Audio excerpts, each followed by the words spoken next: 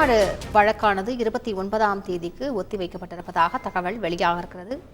முழு விவரங்களை செய்தியாளர் வில்லியம்ஸ் வழங்க கேட்கலாம். வில்லியம்ஸ், வணக்கம். இந்த வழக்கின் முழு பின்னணி என்ன? வணக்கம்.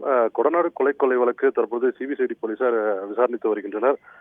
இந்த வழக்கை பொறுத்தளவுக்கு சுமார் 300க்கும் மேற்பட்ட சாட்சியங்களை இதுவரை சிபிசிஐடி போலீசார் விசாரணை மேற்கொண்டுள்ளனர்.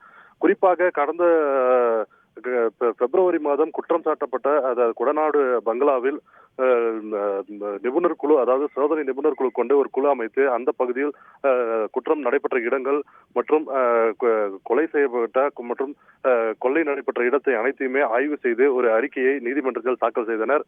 அதன் அடிப்படையில் கடந்த வழக்கு விசாரணையின் போது இது குறித்து நீதிபதியும் தெரிவித்த போது அந்த வழக்கை விசாரித்த நீதிபதி இன்று 22ஆம் தேதிக்கு ஒத்திவைத்தார். அதனைத் தொடர்ந்து இன்று இந்த வழக்கு உதகை ஒருங்கிணைந்த நீதிமன்றத்தில் விசாரணைக்கு வந்தது. விசாரணையை ஒருங்கிணைந்த நீதிமன்ற நீதிபதி ஸ்ரீதர் முன்னிலையில் வந்த வழக்கில் கடந்த முறை அதாவது 2 மனுக்கள் தற்பொழுது நிலுவையில் உள்ளது.